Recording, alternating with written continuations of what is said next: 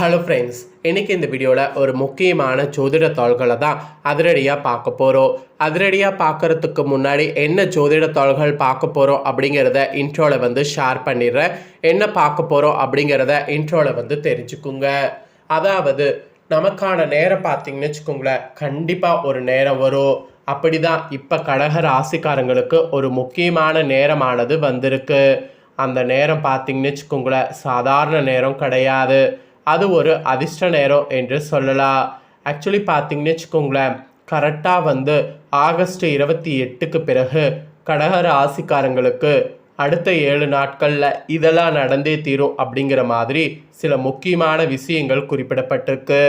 அதுவும் ஆகஸ்டுடைய 28ஆம் தேதிக்கு பிறகு. அதற்கு காரணம் என்னென்னா, ஆகஸ்டுடைய 28ஆம் தேதி இந்த ஆண்டுடைய ஆபத்தான இறுதி சந்திர கிரகணமானது ஏற்படுகிறது. அந்த சந்திர கிரகணம் ஏற்படுவது சாதாரண கிரகணமாக இருக்குங்கிறத விட அதில் நிறைய பார்த்திங்கன்னு வச்சுக்கோங்களேன் ஆபத்து இருக்குது அப்படின்னு தான் வந்து சொல்லும். நிறைய பேர் கிரகணம் நடக்கிறது ஒரு சாதாரண நிகழ்வுன்னு சொல்லி கடந்துடுறோம். ஆனால் உண்மையாலுமே கிரகணங்கிறது பார்த்திங்கன்னு வச்சுக்கோங்களேன் சாதாரணது கிடையாது. அது இருக்கிறதுலே வந்து ஒரு ஆபத்து அதிகம். அந்த கிரகணம் நடக்கக்கூடிய அன்னைக்கு சூரியன், பூமி, சந்திரன் இவங்களாம் ஒரே நேர்கோட்டில் இருப்பாங்க. இதில் சிலது மறைந்து நிழல் போல காட்சி தரும். அப்போ சில கதிர்வீச்சுக்கள் வெளிவருதில்ல, அதெல்லாம் உடலுக்கே தீங்கு விளைவிக்கும். அதனால தான் கிரகணத்தின் போது சில விஷயங்கள் ஃபாலோ பண்ணும், சிலது ஃபாலோ பண்ணக்கூடாது அப்படிங்கிறது இப்போ வரைக்கும் சொல்லப்படுது. ஸோ கிரகணம் நடக்கிறதுனால ஆபத்து அதிகம் இருக்குது அப்படிங்கிறத புரிஞ்சுக்கணும். ஆல்ரெடி மேஷம், ரிஷபம், மிதுன ராசிக்கு கிரகணத்தை பற்றிய பலன்களை ஷேர் பண்ணிட்டேன். இப்போ கடக ராசிக்காரங்களுக்கு ஷேர் பண்ண போகிறேன். வீடியோ பார்க்கக்கூடியவங்க கடக ராசிக்காரங்க கிரகணத்தை பற்றிய முழு பலன்களை வந்து தெரிஞ்சுக்குங்க. கிரகணத்தை பற்றிய முழு பலன்களோடு பரிகாரங்களும் என்ன செய்யணும் அப்படிங்கிறத தெரிஞ்சுக்குங்க. கிரகணங்கிறது ஆபத்தான சூத காலம் இருக்கக்கூடிய நேரம். இந்த நேரத்தில் ஆபத்து சூழ்ந்து இருக்கும். அதனால் சில விஷயங்கள் நாம் கண்டிப்பாக ஃபாலோ பண்ணால் அதிலிருந்து தப்பிக்கொள்ளலாம். இது வந்து உங்கள் ராசிக்கேற்பவே வந்து இப்படிலாம் இருக்கணும் அப்படிங்கிற மாதிரி குறிப்பிடப்படுது. ஸோ அதெல்லாம் என்ன அப்படிங்கிறதையும் ஷேர் பண்ணுறேன். அதெல்லாம் என்ன அப்படிங்கிறதையும் தெரிஞ்சுக்குங்க. முதல்ல இந்த கிரகணத்தின் போது கிரகங்கள் எப்படி அமைந்திருக்கு அப்படிங்கிறத சொல்லிடுறேன். அதை வைத்து உங்கள் ராசிக்கு கிடைக்கக்கூடிய பலன்களை முதல்ல தெரிஞ்சுக்குங்க. அதுக்கப்புறமேட்டு நீங்கள் என்ன பரிகாரம் செய்தால் கிரகணத்துடைய சூத காலத்திலேருந்து தப்பிக்கலாம் அப்படிங்கிறத பார்க்கலாம். ஸோ வீடியோ ரொம்பவே யூஸ்ஃபுல்லாக இருக்கும். அதனால் தொடர்ந்து வீடியோவை வந்து ஃபுல்லாக பாருங்கள். அப்போ தான் நான் என்ன சொல்ல வரேன் அப்படிங்கிறத வந்து முழுசாக தெரிஞ்சு பயன்பெற முடியும். முதல்ல உங்களுக்கு பலன்கள் வந்து வாங்க பார்க்கலாம். அதாவது கிரகணத்தின் போது கிரகங்கள் அமைந்திருக்கக்கூடிய அடிப்படையில் என்ன பலன் கிடைக்கும் அப்படிங்கிறத பார்க்கலாம். ஆக்சுவலி ஆகஸ்ட் மாதத்தில் கடைசியாக கிரகணம் நடக்க இருக்குது.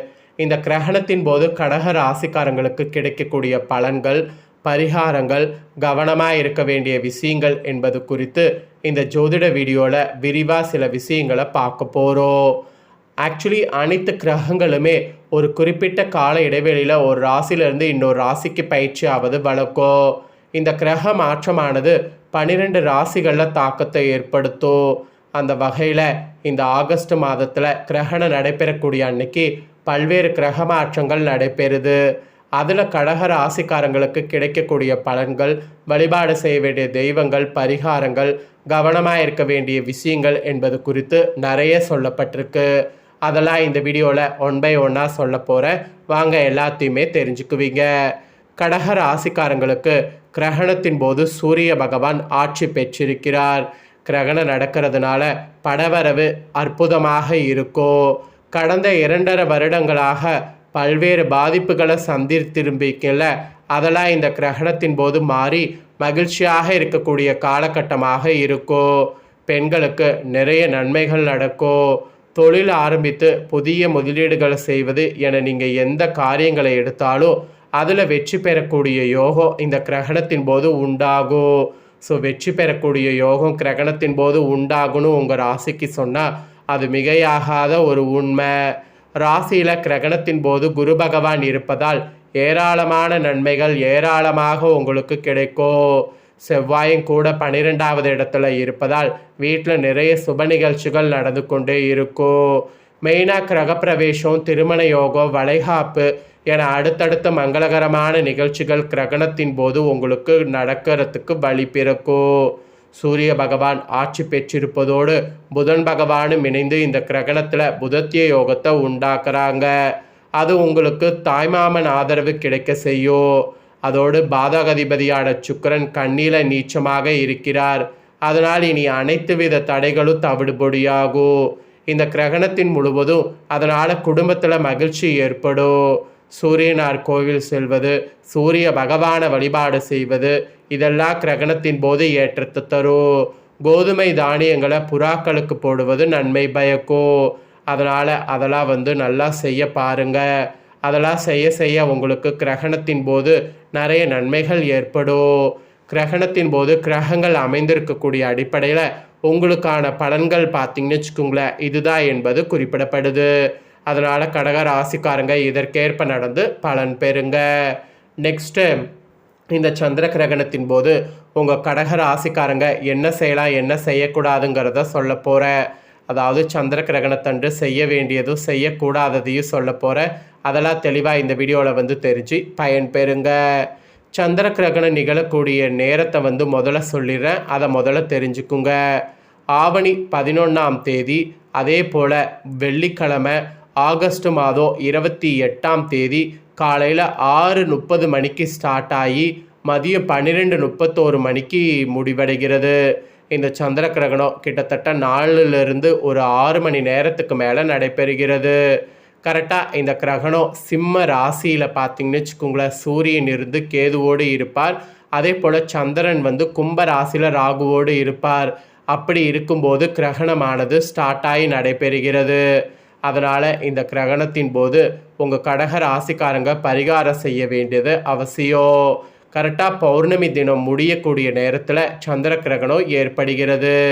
இந்த சந்திர கிரகணத்தின் போது நிலா பூமியின் பின்னால் கடந்து செல்லும். பூமியானது சூரியனுடைய கதிர்களை நிலவின் மீது படுவதிலிருந்து மறைத்துவிடும். அப்போ தான் இந்த ஒரு அரிய நிகழ்வு ஏற்பட போகுது. இந்த சந்திர கிரகணம் இப்போ பகுதி சந்திர கிரகணமாக ஏற்படும். இந்த கிரகணம் எல்லா நாடுகள்லையும் ஒரே நேரத்தில் தென்படாது, மாறாக வெவ்வேறு நேரங்களில் தென்படும். கிரகணத்தின் போது புவி மேற்பரப்பில் வெளிச்சம் குறைவதை கண்டிப்பாக நம்மளால் பார்க்க முடியும். ஏன்னா அந்த மாதிரி தான் ஒரு சுச்சுவேஷன் கிரகணத்தின் போது ஏற்படும். இந்த சந்திர கிரகணத்தை பற்றி ஒரு புராண கதையே இருக்குது, அதையும் சொல்கிறேன், தெரிஞ்சுக்குங்க. சந்திரன் அவர் செய்த பாவ காரணத்தால் அவருக்கு ராகு தோஷம் வந்துவிடுது. இதனால் ராகு அவரை பிடித்து அவரை முடுக்க நினைக்கிறார். ஆனால் சந்திரன் சிவபெருமானை பிரார்த்தித்து ஸ்லோகங்களை சொல்லி சந்திரன் பார்த்தீங்கன்னு வச்சுக்கோங்களேன், கரெக்டாக சிவபெருமானுடைய அருளால் ராகு தோஷத்தை நீக்கிக்கிட்டாரு. அதனால தான் இந்த கிரகணத்தின் போது பக்தியோடு நாமளும் சிவபெருமானை பிரார்த்தித்து வந்தால் அவங்க செய்த பாவங்கள் தீரும், இறைவன் அருள் கிடைக்கும் என்பது குறிப்பிடப்படுது. அதை தான் கடகராசிக்காரங்களுக்கு இந்த இடத்துல சொல்ல வர.